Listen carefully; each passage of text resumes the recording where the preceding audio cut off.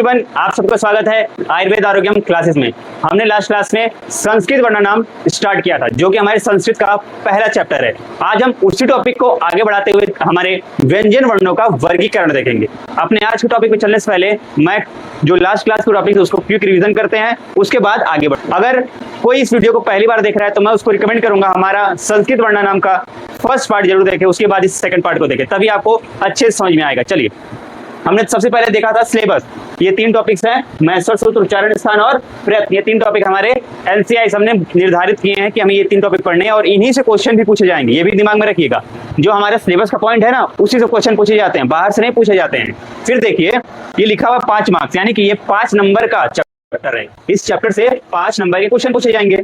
अब यहाँ पे क्लियरली मेंशन है केवल एमसीक्यू पूछा जाएगा, लेकिन rare of the rarest chance है कि कोई शॉर्ट क्वेश्चन बन जाए, इसलिए हम दोनों तरीके से तैयार करके चलेंगे। आगे देखते हैं। लास्ट क्लास में हम देखा था संस्कृत वर्णमाला का विभाजन, यानी कि संस्कृत वर्णमाला को कितने पार्ट में डिवाइड किया गया है? 2 पार्ट में, स्वर और व्यंजन। स्वरों को फर्दर क्या किया गया है? 2 पार्ट में डिवाइड किया गया। उच्चारण, काल, यानी कि काल मतलब क्या होता है? काल मतलब होता है समय। जैसे आप पढ़ते हो ना, भूतकाल, भविष्य काल, वर्तमान काल, ये सब क्या है? काल जो होता है वो क्या दिखाता है? समय दिखाता है, टाइम को दिखाता है। तो वही यहाँ पे बोला गया उच्चारण काल, यानी कि उच्चारण करने में कितना समय लग रहा है, उसके आधार पर विभाजित किया गया 3 पार्ट में, ह्रस्व, दीर्घ और प्लुत। फिर स्वर वर्णों का दूसरा विभाजन देखने को मिलता है उच्चारण स्थान के आधार पर, यानी कि हमारे मुख के किस भाग से उनका उच्चारण हो रहा है, तो उसके आधार पर 3 पार्ट है। कौन कौन से? उदात्त, अनुदात्त और स्वरित। फिर देखिए, व्यंजन वर्णों का वर्गीकरण किया गया केवल एक आधार पर, क्या था वो? उच्चारण। उच्चारण मैंने लास्ट क्लास में बताया था, उच्चारण करने का मतलब क्या है? प्रोसेस, किस तरह से उच्चारण हो रहा है, कौन सी प्रोसेस के थ्रू वो उच्चारण किया जा रहा है। क्लियर है? देखिए, इसका हमने देखा था 3 पार्ट, स्पर्श, अंतस्थ और उष्ट व्यंजन। इन्हीं 3 पार्ट को आज हम स्टार्ट करेंगे। फिर देखिए, सभी वर्णों को पुनः, यानी कि पूरे स्वर और व्यंजन वर्णों को एक साथ खड़ा किया गया और 2 पार्ट में डिवाइड किया गया। कौन कौन सा?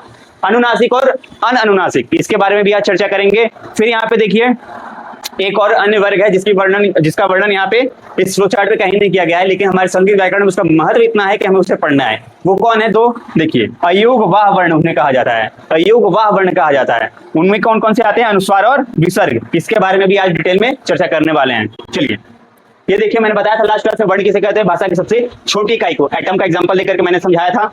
फिर हमने बताया वर्ण के 2 भेद, स्वर और व्यंजन। फिर हमने डिटेल में पूरे स्वर को कवर किया था। स्वर के लिए 2 परिभाषाएं हैं, पहला है स्वयं राजयन्ते इति स्वरा, दूसरा है अचा स्वरा। अचा स्वरा मतलब अच प्रत्याहार के अंतर्गत आने वाले सभी वर्णों को स्वर कहा जाता है। अच प्रत्याहार के अंतर्गत कौन कौन से वर्ण आते हैं? अ, ई, उ, री, ए, ओ, औ।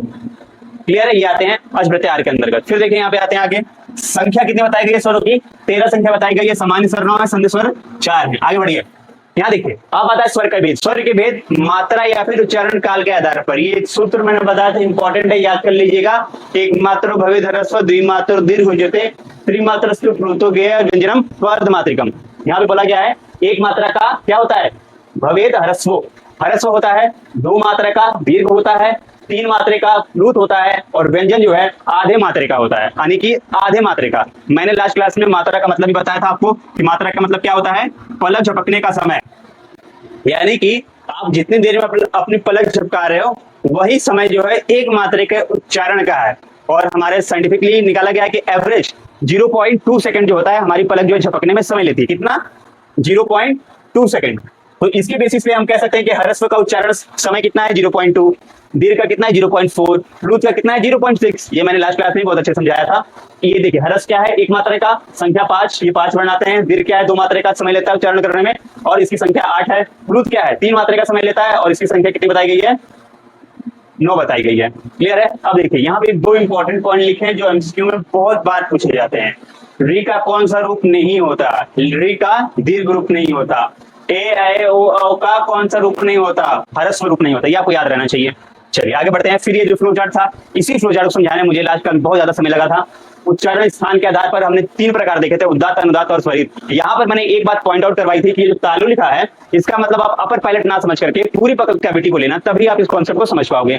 तालु मतलब क्या है? पूरी बकल कैविटी। तो यहाँ पे बोला गया उदात्त, देखिएगा ध्यान से, उदात्त तालु आदि के उच्च भाग से, ऊपर वाले पार्ट से। अनुदात्त तालु आदि के निम्न भाग से।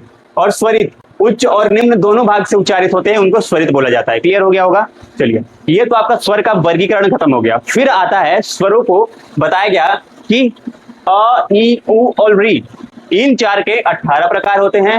री, ए, ओ के 12 प्रकार होते हैं। लास्ट क्लास में बहुत अच्छे से समझाया था मैंने कि इस प्रकार से 18 और 12 होते हैं। मैंने बताया था री का क्या है, दीर्घ रूप नहीं होता, दीर्घ रूप ना होने के कारण ये जो 6 हैं ये माइनस हो जाते हैं, तो 6 ह्रस्व के और 6 लूत के बनते हैं, टोटल कितने हो गए 12। उसी प्रकार से मैंने बताया था ए ऐ ओ के कौन सा रूप नहीं होता, इन चारों का ह्रस्व रूप नहीं होता, इस कारण से ये पूरा 6 माइनस हो जाता है। तो बचा कौन कौन सा, दीर्घ और प्लूत बता, तो इसका 6 और इसका 6 मिलकर कितना हो गया 12 हो गया। तो इस प्रकार से री का 12, ए का 12, ए का 12, ओ का 12, ओ का 12 प्रकार होते हैं। अ का 18 प्रकार, ई का 18 प्रकार, उ का 18 प्रकार, री का 18 प्रकार कहा गया है। चलिए ये एमसीक्यू का मोस्ट इंपॉर्टेंट पॉइंट है, पूछा ही जाता है कि अ के कितने प्रकार होते हैं या फिर निम्न में से किन वर्णों का 8 प्रकार होता है। तो आपको क्या करेगा, अ ई उ और री ऑप्शन दे देगा, निम्न में से किन वर्णों का 18 प्रकार होते हैं। क्वेश्चन पूछे तो 4 ऑप्शन देगा, निम्न में से किन वर्णों का 18 प्रकार नहीं होता, अ ई उ और री। तो आपको पता है री का 18 नहीं प्रकार होता, कितना होता है 12 प्रकार होता है। उसी प्रकार से कई तरह के एमसीक्यू बन सकते हैं सिंगल लाइन से, तो इसको आप याद रखिएगा।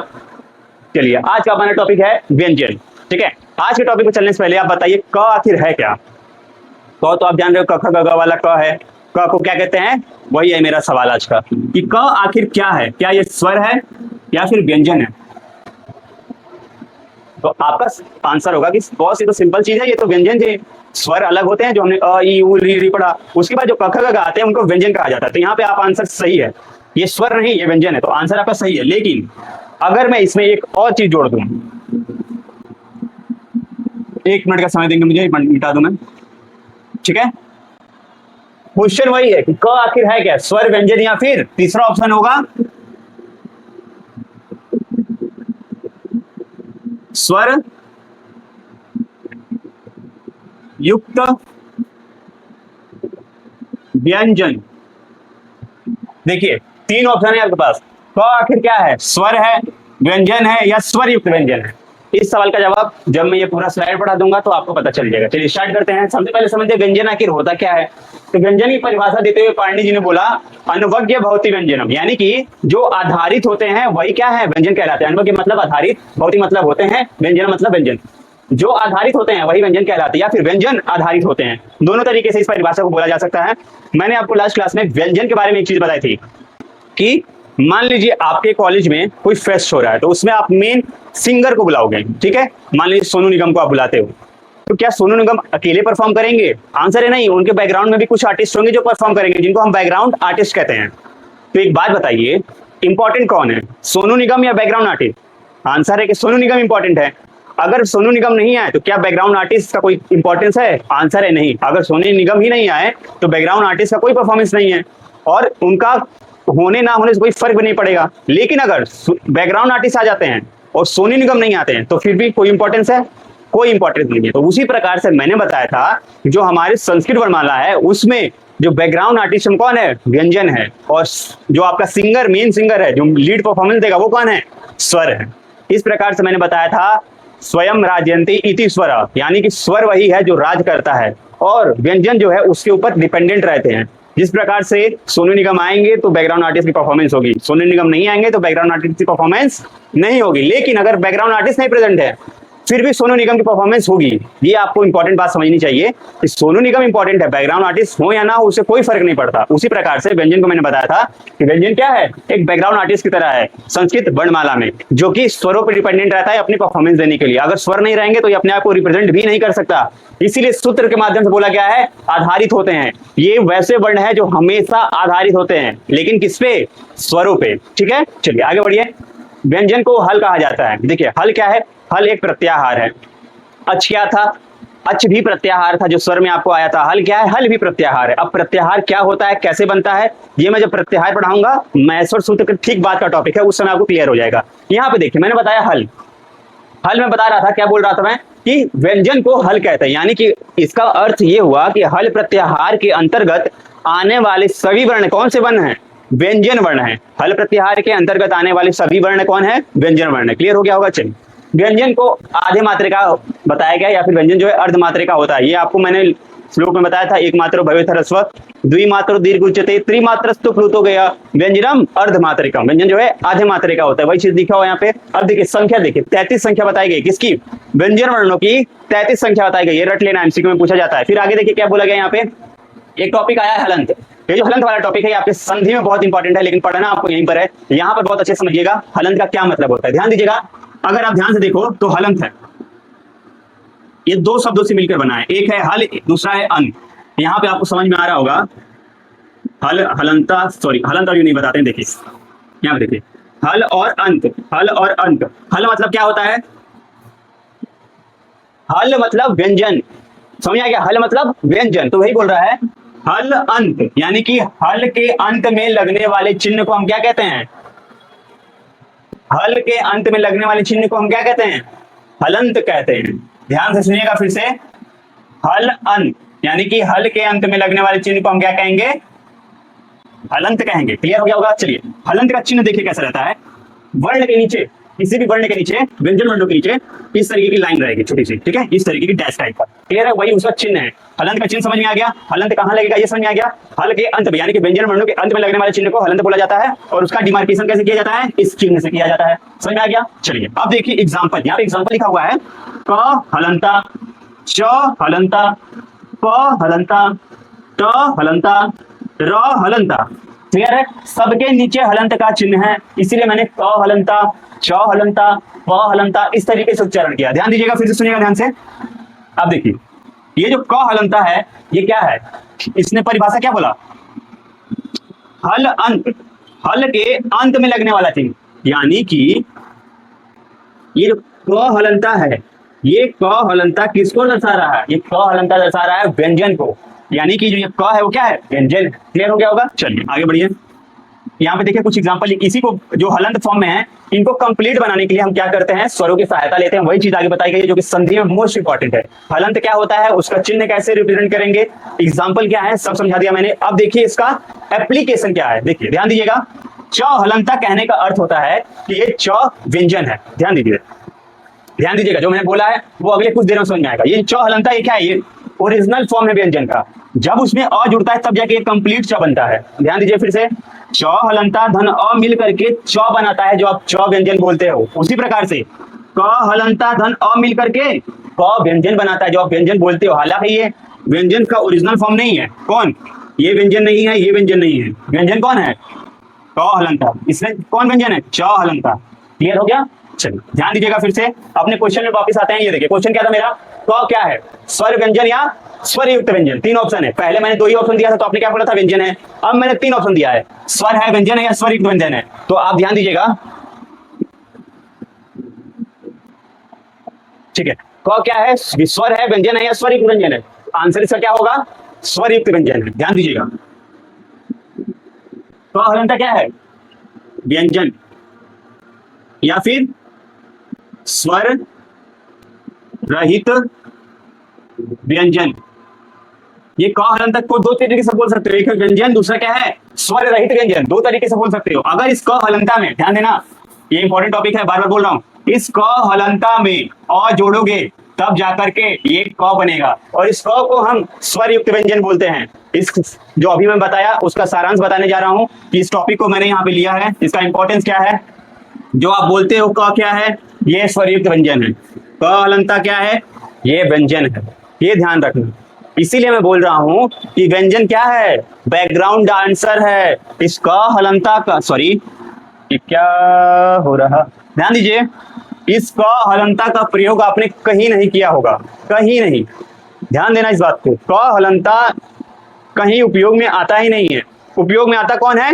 ये क आता है, और ये क किसके साथ मिलकर बना है? अ के साथ मिलकर बना है, जिसे हम स्वर युक्त क बोलेंगे। क्लियर हो गया होगा? और जो क हलंता है वो ओरिजिनल फॉर्म है व्यंजन की, इसी तरीके से व्यंजन लिखा जाता है। इसीलिए मैंने बोला व्यंजन क्या है? बैकग्राउंड डांसर है। स्वर के बिना उसकी कोई हैसियत नहीं है। जब तक उसमें स्वर नहीं मिलेगा तब तक उसको यूज भी नहीं किया जा सकता, ऐसी हालत हो जाती है व्यंजन की। तो व्यंजन कौन है? क हलंता। स्वर युक्त व्यंजन कौन है? क। हम इस्तेमाल किसका करते हैं? शब्द बनाने में इस क का इस्तेमाल करते हैं, स्वर युक्त क का। इस क का इस्तेमाल नहीं करते हैं, क हलंता का इस्तेमाल नहीं होता है। चलिए आगे बढ़िए, समझ में आ गया होगा। व्यंजन समझ में आ गया, हलंत समझ में आ गया। क जो है क्या है, तो स्वर युक्त व्यंजन है। क्लियर हो गया ऑप्शन। चलिए आगे बढ़ते हैं। यहाँ पे देखिए ब्रेकडाउन बताया गया, उस ब्रेकडाउन से पहले तीसरा एग्जांपल देख लीजिए। क हलंता धन ओ मिलके को बनाता है। देखिए जरूरी नहीं है कि सिर्फ अ जुड़े, सिर्फ अ जुड़े जरूरी नहीं है। व्यंजन वर्णों में जो व्यंजन वर्ण कौन है, ये व्यंजन वर्ण है। जो हलंत फॉर्म में वो ओरिजिनल व्यंजन वर्ण है। व्यंजन वर्णों में कोई भी स्वर जुड़ सकता है, अ भी जुड़ सकता है, आ भी जुड़ सकता है, ई भी जुड़ सकता है, उ भी जुड़ सकता है, ओ भी जुड़ सकता है, ए भी जुड़ सकता है, कोई भी स्वर जुड़ सकते हैं। ठीक है, जरूरी नहीं केवल अ जुड़ेगा, सब जुड़ सकते हैं। चलिए यहाँ पे कुछ एग्जांपल लेकर मैं बताने का प्रयास करूंगा। क धन उ, क हलंता धन उ क्या बनेगा, ध्यान देना। क हलंता धन उ, दोनों उ में अंतर है। आप बताओ क्या बनेगा, ये हु बनेगा, ये हु बनेगा। क्लियर हो गया। चलो अब क हलंता धन, क हलंता धन यहाँ पे ले लेते हैं ए को, तो ये क्या बनेगा, के बनेगा। क्लियर है। क हलंता धन ए को लेते हैं, आय को लेते हैं, तो क्या बनेगा, कै बनेगा। मात्रा सब पता रहनी चाहिए आपको सभी स्वरों की। नहीं पता है तो फटाक से मैं बता रहा हूं, लिख लो। आ की मात्रा क्या होती है, इस तरीके से। ई की मात्रा इस तरीके से, बड़ी ई की मात्रा इस तरीके से, छोटी ऊ की मात्रा इस तरीके से, बड़ी ऊ की मात्रा इस तरीके से। ई उ री, री की तो कोई मात्रा इस तरीके से दे लो शब्द के नीचे। ए की मात्रा एक डंडी, ए की मात्रा डबल डंडी, ओ की मात्रा इस तरीके से, औ की मात्रा इस तरीके से। क्लियर है। ये आपको मात्रा का ज्ञान बहुत जरूरी है। इसी चैप्टर में बेसिक आपको समझना है, मात्रा कैसे बनाई जाती है, हलंत किसे कहते हैं, शब्दों का विच्छेदन कैसे करेंगे, यानी वर्ण विच्छेद कैसे करेंगे, जो हमारा अगला टॉपिक है। ये मात्रा आपको पता चल गई। अब अगले टॉपिक पे चलें। चलिए देखिए, आप देखिए सोहन है। हम क्या करेंगे, सोहन शब्द को तोड़ेंगे। क्या करेंगे, सोहन शब्द को तोड़ेंगे। ध्यान दीजिएगा। स देखिए पहले क्या है, सोहन, तो क्या करेंगे, सो धन ह धन न, तोड़ दिया। अब इसको और तोड़ेंगे, इसको तोड़ेंगे तो क्या निकलेगा, ध्यान दीजिएगा। स क्या है, स्वर या व्यंजन, व्यंजन है तो जरूर इसमें कोई ना कोई स्वर जुड़ा होगा। तो मात्रा देखकर बताइए कौन सा स्वर जुड़ा है। समझ में आ गया कौन सा स्वर जुड़ा मात्रा के अनुसार। तो स हलंता धन यहाँ पे क्या होगा, ओ। क्लियर हो रहा है। चलिए अब देखिए प्लस का साइन है, प्लस का साइन लगा देंगे। ह देखिए, ह क्या है, स्वर या व्यंजन, आंसर है व्यंजन है। तो व्यंजन जो कभी अकेला तो होता नहीं है, उसमें स्वर छुपा रहता है। तो इस ह में ढूंढ के बताइए कौन सा स्वर है। तो आपको ध्यान आ रहा होगा, ये ह हलंता धन अ है। क्लियर है। अब देखिए न क्या है, न भी व्यंजन है। तो व्यंजन क्या है, अकेले परफॉर्म नहीं करता, स्वर उसमें जरूर छुपा रहेगा। चलिए न को तोड़िए तो क्या होगा, यहाँ पे प्लस का साइन लगा देते हैं। न को तोड़िए, न हलंता धन अ। क्लियर हो गया होगा, समझ में आ गया कैसे वर्ण विच्छेद करना है। चलिए यहाँ पे देखिए वही चीज है, स हलंता धन ओ, ह हलंता धन और न हलंता धन अ, सोहन बन गया। व्यंजन देखिए, ये व्यंजन शब्द का वर्ण विच्छेद करने जा रहे हैं। क्लियर है, व्यंजन शब्द का। एक मिनट देंगे, एक मिनट बाद हम व्यंजन वर्ण का विच्छेद करेंगे। एक मिनट बस। हम बात क्या कर रहे थे, हम कर रहे थे बात व्यंजन का। ठीक है, चलिए स्टार्ट। हमने सोहन देख लिया, सोहन देख लिया हमने। अब हम देखेंगे क्या, व्यंजन का वर्ण विच्छेद करेंगे। ध्यान दीजिएगा, दोनों एग्जांपल एक दूसरे से बहुत अलग हैं। जानबूझकर लाए गए दोनों एग्जांपल सेलेक्ट करके, ताकि आपको समझ में अच्छे से। ध्यान दीजिएगा, इसमें थोड़ा अलग होगा। ध्यान दीजिएगा, व्यंजन, व्यंजन को तोड़िए, थोड़ा छोटे छोटे फॉर्म में करिए। पहले व्यान ज न। क्लियर है, समझ में आ रहा है। एक काम करते हैं, प्लस साइन को किसी और पेन से लिखते हैं, ज्यादा अच्छा रहेगा। चलिए व्यंजन समझ में आ गया। अब देखिए ध्यान दीजिएगा, अब इस व्यय को तोड़िए। ध्यान दो, यहाँ पे व लिखा है, सबको तो उच्चारण करते हुए समझ में आ रहा होगा, इसमें व और यह दो चीजें हैं। क्लियर है। चलिए व लिखिए। अब ये बताइए इस व में कोई स्वर है या कि नहीं है। ध्यान दीजिए सोचकर, ये जो व लिखा हुआ है व्यंजन का व, इस व में कोई स्वर है या नहीं है। आंसर है स्वर नहीं है, कोई भी स्वर नहीं है। ये व हलंत फॉर्म में है, अधूरे फॉर्मेट में है। इसीलिए यहाँ पे आधा लिखा गया है। अगर ये कंप्लीट रहता, किसी स्वर के साथ रहता, तो इस तरीके से व्य लिखा जाता, लेकिन लिखा कैसे गया है? इस तरीके से। इसका मतलब जो व है वो किसी स्वर के साथ जुड़ नहीं पाया, इसीलिए अधूरा है, तो व हलंता यहाँ पे रहेगा। क्लियर है? चलिए आगे बढ़िए, व समझ आ गया। यह देखिए, य में क्या है? यह क्या है? सबसे पहले व्यंजन वर्ण है, तो व्यंजन वर्ण क्या अकेले परफॉर्म करता है? आंसर है नहीं, उसके में क्या होगा? स्वर होगा। ध्यान दीजिए, यह जो है कंप्लीट लिखा हुआ है, यह जो है कंप्लीट लिखा हुआ है। कंप्लीट लिखने का मतलब यही है कि उसके अंदर स्वर मिल चुका है। अब यहाँ पे मात्रा तो नजर आ नहीं रही है, तो इसका मतलब क्या है? इसके अंदर कौन जुड़ा है? अ जुड़ा है। ठीक है, यह हलंता धन अ। क्लियर हो गया?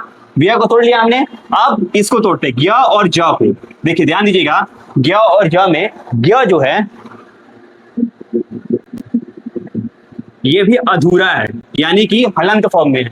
इसको भी कोई स्वर नहीं मिला, जिस कारण से ये किसी से जुड़ नहीं पाया, ये अधूरा रह गया। अब आगे देखिए ज देखिए, ज कंप्लीट लिखा गया है, ज जो है कंप्लीट फॉर्म में, इसका मतलब उसके अंदर कोई ना कोई स्वर होगा, तो ज हलंता धन और यहाँ पे मात्रा नजर नहीं ना आ रही है जी। अगर मात्रा उ ई ए ओ या फिर किसी की उ की मात्रा, री की मात्रा भी होती तो हम पकड़ लेते कि हाँ ये मात्रा है तो इस वर्ण का है, इस स्वर का है, लेकिन मात्रा नहीं है तो इसके अंदर क्या बोलेंगे कि इसमें अ छुपा हुआ है। चलिए आगे देखिए, न का तो बहुत सिंपल है, आप कर लोगे, न हलंता धन अ। क्लियर है? उसी तरीके से देखिए जो मैंने यहाँ बताया आपको, यहाँ पे लिखा भी हुआ है, वह हलंता धन य, हलंता धन अ प्लस यह हलंता धन। यहाँ पे देखिए एक चीज छूट गया है, याद रखिएगा, यहाँ पे क्या छूट गया है? ज। यहाँ पे ज रहेगा ना जी, ज हलंता धन अ धन न हलंता धन अ। अब सही है, इसको मैंने यहाँ पे सही करके लिखा भी हुआ है, ध्यान दीजिएगा। चलिए आगे बढ़ते हैं फटाफट। ये आपका व्यंजन चला, क्या चला अभी तक? ये आपका व्यंजन वर्ण खत्म हो गए, व्यंजन समझ में आ गया अच्छे से। अब इनका देखते हैं भेद। भेद कैसे था? उच्चारण के आधार पर। उच्चारण कहने का मतलब क्या है? प्रोसेस ऑफ प्रोनाउंसिएशन, किस प्रोसेस को फॉलो करता है प्रोनाउंस होने के लिए। तो ये क्या करते हैं? अलग अलग 3 वर्गीकरण बनाएगा। कौन कौन सा? स्पर्श, अंतस्थ और ऊष्म। ध्यान दीजिएगा, स्पर्श, अंतस्थ और ऊष्म, ये 3 वर्गीकरण बनाएगा। स्पर्श का क्या सूत्र बोलता है? स्पर्श का सूत्र बोलता है कादेयो मावसानाम स्पर्शा। ध्यान दीजिएगा, फिर से मैं रिपीट कर रहा हूं, उच्चारण की भिन्नता के आधार पर यह वर्गीकरण है। स्पर्श का उच्चारण अलग होगा, अंतस्थ का उच्चारण अलग होगा और ऊष्म वर्णों का उच्चारण अलग होगा। तीनों का उच्चारण क्या होगा? अलग अलग होगा। स्पर्श का देखिए सूत्र क्या कहता है और उच्चारण कैसे होगा वो बताने जा रहे हैं, ध्यान से सुनिएगा। कादेयो मावसानाम स्पर्शा। कादेयो मावसाना मतलब क से म तक स्पर्श व्यंजन कहलाते हैं। क से म तक कौन से व्यंजन है? स्पर्श व्यंजन। अब स्पर्श व्यंजन की संख्या कितनी है? 25। कैसे है वो समझिए।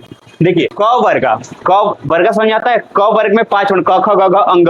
जैसे कि आप व्यंजन देखोगे ना, तो जैसे ही व्यंजन क से स्टार्ट होता है तो उसको सीक्वेंसली लिखा गया है। क में 5 वर्ण है, च में 5 वर्ण है, ट में 5 वर्ण, त में 5 और प में भी 5 वर्ण है। ये वर्गा बना दिए गए। क वर्गा 5 वर्ण, च वर्गा 5 वर्ण, ट वर्गा 5 वर्ण, त वर्गा 5 वर्ण, ये 5 वर्ण, प वर्गा 5 वर्ण, 5 वर्णों का 5 वर्ग बनाया गया। ध्यान दीजिएगा फिर से, क वर्गा में 5 वर्ण, लेकिन प्रथम वर्ण कौन सा है? क। क वर्गा का पहला वर्ण क और प वर्गा का अंतिम वर्ण म। यही बोला गया है क से म तक। क से म तक कौन से वर्ण हैं? स्पर्श वर्ण। सॉरी, क से म तक कौन से व्यंजन कहलाते हैं? स्पर्श व्यंजन कहलाते हैं। इनकी संख्या कितनी है? 25 है। आप काउंट कर लें, हर एक वर्गा में 5 है और टोटल 5 वर्गा हैं, तो कितना हो गया? 25 हो गया। अब इसका फॉर्मूला देखिए क्या बोलता है, किस तरीके से उच्चारण होगा। तो बोला जाता है वायु रुककर झटके से निकलेगी, वायु रुककर झटके से निकलेगी, यानी क का उच्चारण क इस तरीके से नहीं होगा, क इस तरीके से होगा। उच्चारण करते समय थोड़ा झटका लगाना है, उसके लिए आप अपने गले पे या फिर अपने पेट पर हाथ रख सकते हो, जहां पे आपको थोड़ा सा झटका महसूस हो। हर वर्ण का उच्चारण करते समय आपके जो कंठ है वहां पे तो वाइब्रेशन होगा ही होगा, लेकिन आपके स्टमक में हर वर्ण का उच्चारण करते समय नहीं होगा। क का उच्चारण करेंगे क, तो एक झटका लगेगा, क्योंकि झटके से हवा निकाल रहे हैं बाहर, मुख से हवा जो झटके से निकले, तो कैसे होगा? क, ख, ग, घ, इस प्रकार से उच्चारण होगा। ज्यादा फोर्स नहीं लगाना है, क, ख, ग, घ, इस तरीके से उच्चारण करना है, झटके से निकालना है। उच्चारण अलग दिखना चाहिए। स्पर्श वर्णों का उच्चारण एक जैसा होगा। कैसा? क, ख, ग, घ, अंग, च, छ, ज, झ, इय। क, ख, ग, ये उच्चारण गलत है, इस तरीके से नहीं करना है। उच्चारण समझ में आ गया? स्पर्श का। अब देखिए अंतस्थ में, जैसे ही आप अंतस्थ पढ़ोगे आपको समझ में आ जाएगा किस तरीके से डिफरेंस है। देखिएगा ध्यान से, अंतस्थ का क्या सूत्र करता है, यड़ो अंतस्थ स्था। यड़ो अंतस्थ स्था मतलब क्या होता है, यड़ प्रत्याहार के अंतर्गत, ध्यान दीजिएगा, यण प्रत्याहार के अंतर्गत आने वाले सभी वर्णों को क्या बोला गया है, अंतस्थ व्यंजन बोला गया है। यण प्रत्याहार के अंतर्गत कौन कौन से वर्ण आते हैं, ये 4 वर्ण आते हैं, य, र, ल और व। अब कैसे आते हैं, क्यों आते हैं और यण प्रत्याहार होता क्या है, ये मैं प्रत्याहार में बताऊंगा। ये तीसरा प्रत्याहार आया है, पहला था अच प्रत्याहार, दूसरा हल प्रत्याहार और ये तीसरा है कौन सा, यण प्रत्याहार। तीनों को अच्छे से समझाऊंगा मैं, ठीक है। अभी देख लीजिए इसका अंतस्थ का उच्चारण कैसे होता है। नंबर समझ आ गया ना, कितने 4 वर्ण आते हैं, कौन कौन से, य, र, ल और व। वायु जो है रुककर अल्प शक्ति के साथ निकलती है। अंतस्थ व्यंजन का उच्चारण करते समय वायु क्या कहती है, रुककर अल्प शक्ति के साथ निकलती है। मतलब कि य, व, र, ल। लेकिन स्पर्श में क्या था, झटके से क, ख, ग, घ, अंग। और इसमें अंतस्थ में य, र, ल, व, आराम से रुक कर आराम से निकलेगी। क्लियर हो गया होगा। उच्चारण करते समय जब मैं उच्चारण कर रहा हूं तो आपको समझ में आ रहा होगा। अब आगे देखिए ऊष्म व्यंजन। ऊष्म व्यंजन का सूत्र बोलता है सल ऊष्माणाम। क्या बोलता है, सल ऊष्माणाम। ध्यान दीजिएगा, जो सल है ये क्या है, ये सल प्रत्याहार है। कैसा प्रत्याहार है ये इस तरीके से लिखा जाएगा, सल प्रत्याहार। क्लियर है। सल प्रत्याहार के अंतर्गत आने वाले सभी वर्णों को ऊष्म व्यंजन बोला जाता है। ध्यान दीजिएगा, सल प्रत्याहार के अंतर्गत कौन कौन आता है, 4 वर्ण आते हैं। कौन कौन से, तीनों प्रकार के स और ह। ये देखिए तालव्य स, मूर्धन्य स और दंत स, इन तीनों वर्णों का और ह का उच्चारण जो है ऊष्मा के साथ होता है। ऊष्मा मतलब समझो, ऊष्मा मतलब आपको समझ आ रहा होगा, हिंदी थोड़ा बहुत आता है। ऊष्मा, ऊष्मा कहने का मतलब क्या होता है, गर्मी, हीट से रिलेटेड है। ऊष्मा मतलब क्या, हीट से रिलेटेड है। अगर आप ध्यान दोगे तो बोला जाएगा यहाँ पे इन वर्णों का उच्चारण करते समय थोड़ा सा हीट जनरेट होगा। क्या होगा, थोड़ा सा हीट जनरेट होगा। इसीलिए पाणिनि जी ने बोला क्या है, ऊष्म व्यंजन। ध्यान देना। अब क्यों हीट जनरेट होगा वो अपने अगले फॉर्मूले बताते हैं, जिसका उच्चारण कैसे कर रहे हैं। देखो बोलते हैं वायु धीरे धीरे, वायु क्या धीरे धीरे रुक कर रगड़ के साथ निकलेगी। रगड़ के साथ फ्रिक्शन या फिर कोलिजन होगा उसका, किसमें, वायु का हमारी जो बकल कैविटी के टीथ, टंग और ये चिक्स है उसमें कोलिजन होगा, रगड़ होगा, फ्रिक्शन होगा। अब देखो कोई चीज रगड़ेगी आपस में तो क्या हीट जनरेट होगी, फिजिक्स कहता है हाँ होगी। ये चीज पांडे जी को ही पता थी, तो उन्होंने बोला जब रगड़ होगा तो क्या होगा, ऊष्मा उत्पन्न होगी। मुख के अंदर जब इन 4 वर्णों का उच्चारण किया जाता है तो हवा जो है रगड़ के साथ निकलती है, जिस कारण से ऊष्मा उत्पन्न होती है और इसी रीजन से इन वर्णों को ऊष्म व्यंजन बोला गया है। क्लियर है। अब देखिए उच्चारण ध्यान दीजिएगा। हालांकि ये सभी जो हैं ऊष्म व्यंजन के अंतर्गत आते हैं, लेकिन इन तीनों प्रकार के स का उच्चारण अलग अलग होता है। कैसे, तालव्य स, जो ये तालव्य स है इसका उच्चारण अपनी जिह्वा को तालू पे रख के वायु को रगड़ के साथ निकालेंगे। श, श, जिह्वा को तालू ऊपर वाले पायलट पे लिखेंगे, अपर पायलट पे, श, श। ठीक है। अब देखिए दंत स, दंत स, जिह्वा को दांत पे टच करवाएंगे, जिह्वा को अपने दांत पे टच करवाएंगे। स, स, स, ऊपर वाला श, दंत वाला स। दोनों में आपको अंतर नजर आ रहा होगा, हिस्स का अंतर आ रहा है। ये देखिए ये जो है मूर्धन्य स, इसमें क्या होता है, जो आपके लोअर जॉ है, लोअर जॉ का जो नीचे वाला मसूड़े हैं उस पे, यानी कि लोअर जॉ के सरफेस पे आपको जीवा को रखनी है और उच्चारण करना है। कैसे, वायु को रगड़ के साथ निकालना है। स, स, समझ में आ गया। तीनों को उच्चारण एक साथ देखिए, श, स। तीनों में जो है स ही सुनाई दे रहा होगा आपको, लेकिन जो स्टार्टिंग का जो हिस्स साउंड है उसमें इंतर आ रहा है। श, स, स। समझ में आ रहा, अंतर समझ में आ रहा होगा, सुनने में समझ में आ रहा होगा। अपनी आंखें बंद करके ध्यान से सुनिएगा तो अंतर समझ में आएगा। श, स, स, श, स। क्लियर है, तीनों का अंतर समझ में आ रहा होगा। अब देखिए ह, ये जो 4 वर्ण थे ये क्या थे, आपके ऊष्म व्यंजन के अंतर्गत आते थे। क्लियर हो गया होगा, सबका उच्चारण मैंने अच्छे से समझा दिया। अगर आपको कोई दिक्कत है बताइएगा, कमेंट सेक्शन में पूछिएगा अपने डाउट्स को।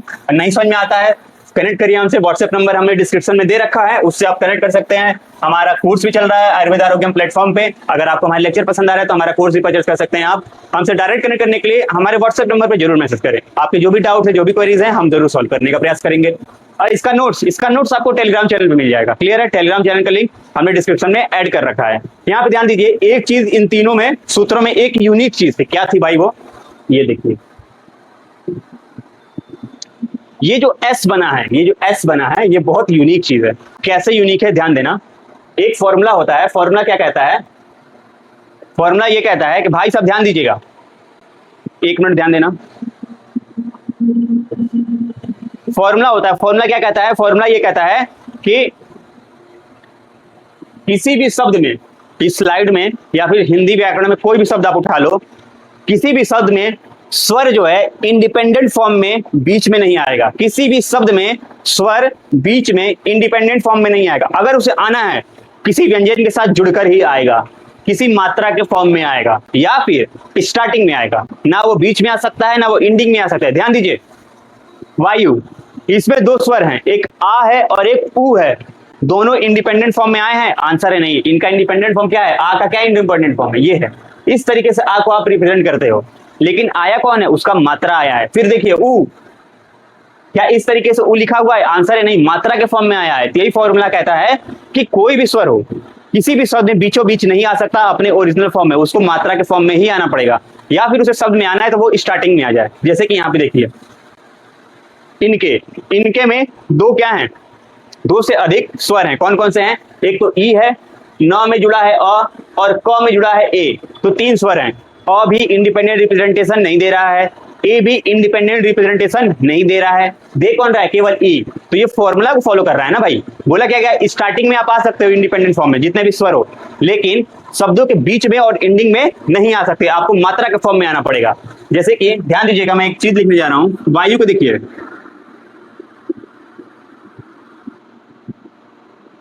वायु को इस तरीके से क्यों नहीं लिखा जाता? वायु को, ओहो गलत कर रहा है बार बार। देखिए मैं वायु लिखने जा रहा हूं, वा यू। वायु को इस तरीके से क्यों नहीं लिखा जाता? या फिर सात, सात को इस तरीके से क्यों नहीं लिखा जाता? सवाल तो बनता है ना भाई, क्यों नहीं लिखा जाता?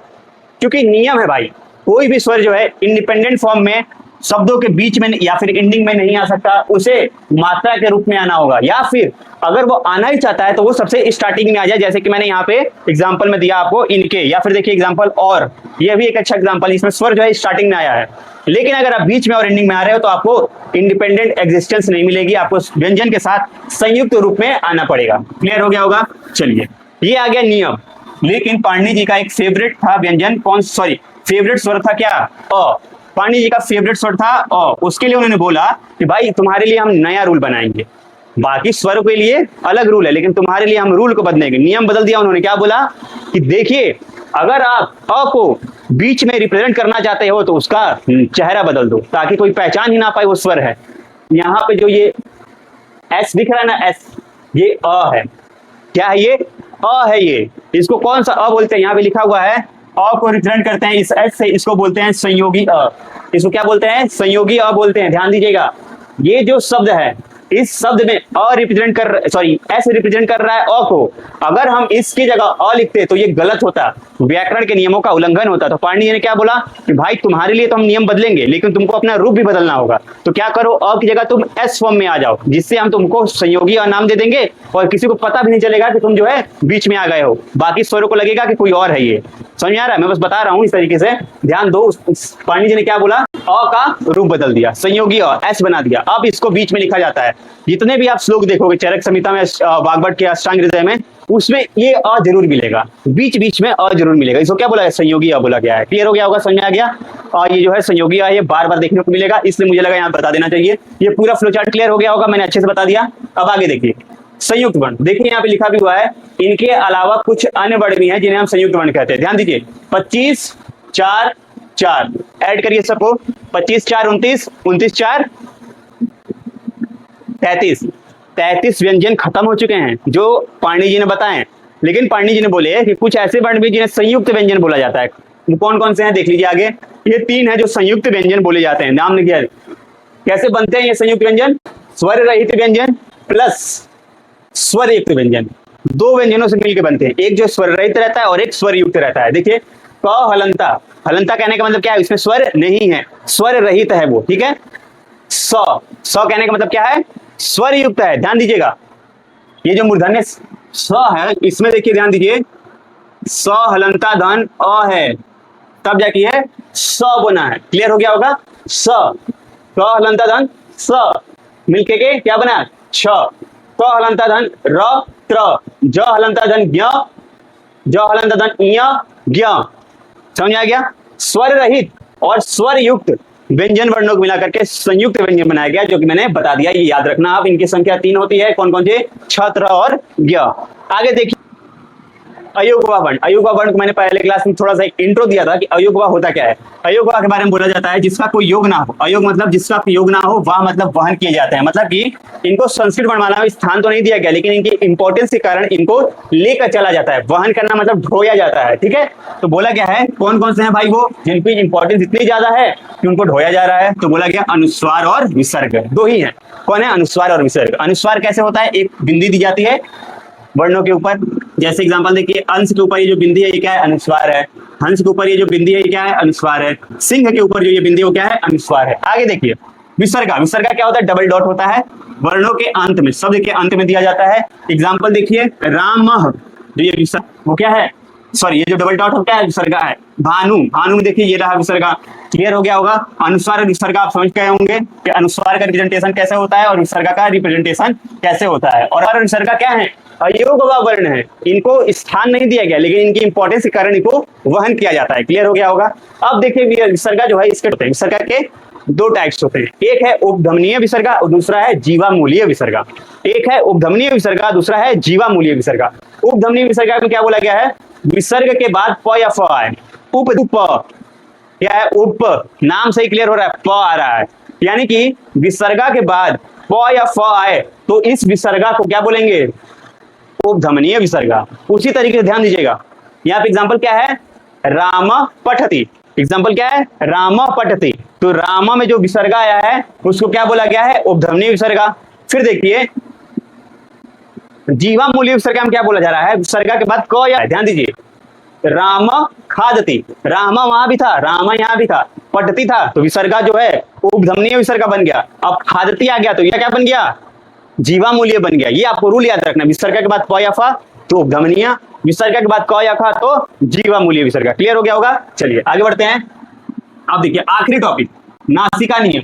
नासिका नियम में क्या बोला जाता है कि कुछ वर्ण है जो हमारे संस्कृत वर्णमाला बनाई गई है, उसमें सभी वर्णों में क्या किया गया? विभाजन किया गया। स्वर और व्यंजन को एक लाइन में खड़ा किया गया और दो पार्ट में डिवाइड कर दिया गया। जिनका उच्चारण करते समय नासिका इन्वॉल्व रहती है उनको क्या बोला गया? अनुनासिक। जिनके उच्चारण में नासिका इन्वॉल्व नहीं है, अनुनासिक। क्लियर हो गया होगा। जैसे कि अंग, दो वर्ण मैं बोलूंगा, क अंग। अगर आप क अंग का उच्चारण नॉर्मल तरीके से करते हो तो आपको समझ में नहीं आएगा, लेकिन अगर आप नाक बंद कर लो अपनी, उसके बाद क का उच्चारण करो, पहले लिखो क, अंतर नहीं समझ में आया? अब देखो अंग का उच्चारण, अंग अंग, समझ में आ रहा है डिफरेंस? नाक बंद करते ही अंग का उच्चारण थोड़ा सा डिस्टर्ब हो गया। क्यों हुआ? क्योंकि उसके उच्चारण में जो नासिका से भी हवा पास हो रही थी। ठीक है, अगर हम उसके ब्लॉक करते रहे तो उच्चारण उचित रूप से नहीं हो पाया। वही बोला गया है नासिका नियम। वर्णों के उच्चारण में नासिका भाग ले रही है या नहीं, इसके आधार पर दो वर्ग बताए गए हैं। अनुनासिक यानी कि मुख और नासिका दोनों से उच्चारण होता है। अनुनासिक मतलब मुख से उच्चारण होता है। एग्जाम्पल देखिए, अंगा ञ ड़ न म, मुख से उच्चारण करने वाले क ख प ब ग च, ये स्वर्ण जो है मुख वाले हैं, यानी कि अनुनासिक है। यहाँ तक समझ में आ गया होगा। हमने यहाँ तक पूरी की पूरी संस्कृत वर्णमाला को कवर कर लिया। जो मैंने फर्स्ट क्लास में फर्स्ट स्लाइड दिखाई थी उसको आज जाकर हमने कवर किया है।